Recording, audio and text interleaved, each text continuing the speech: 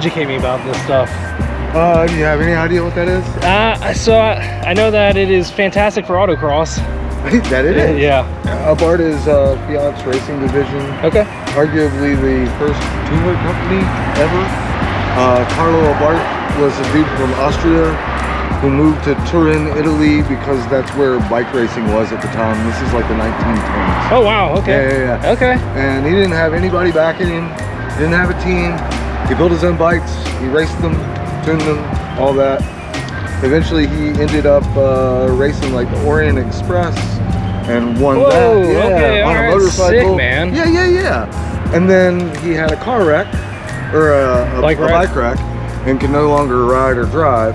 So he got with a dude named Guido Scagliarini.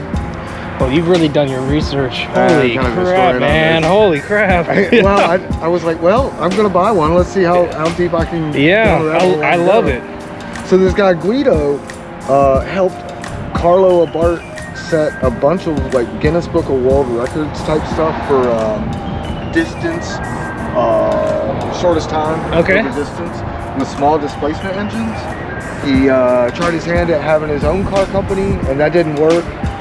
But he noticed that like these other car companies in Italy were teaming up with other people for their speed stuff. Yeah. And he was like, well, nobody's doing that with Fiat, and all the Fiats in town all have my mufflers already. Yeah. So that's kind of where it began. Yeah.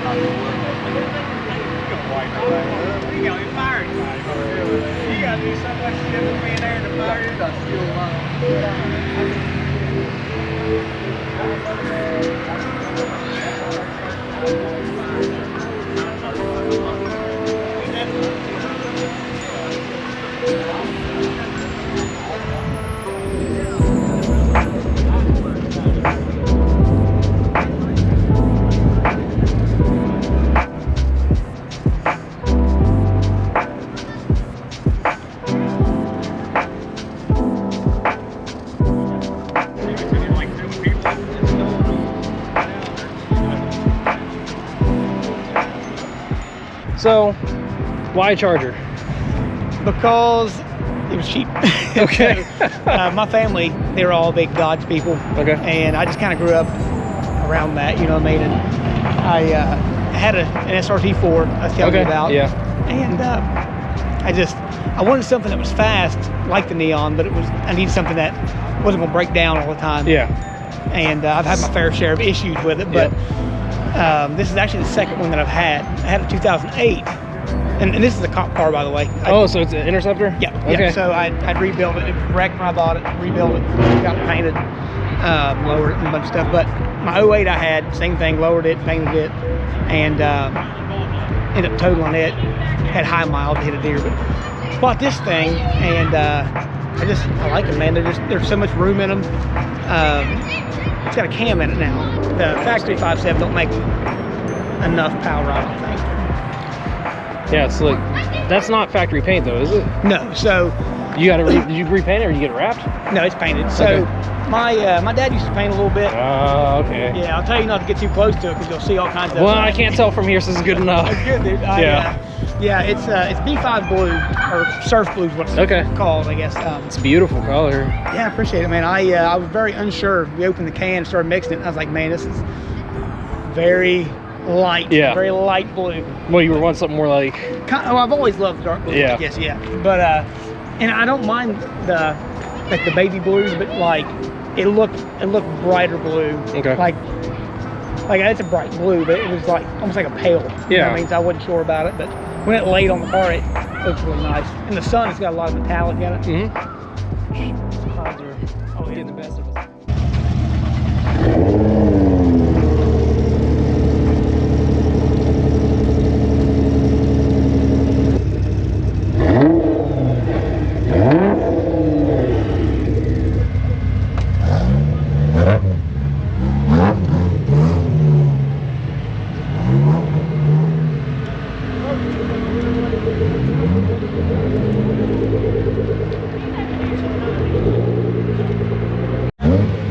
He does video. They have an FX30. Okay. And it's not in the A line, but that's their like vlogging dedicated.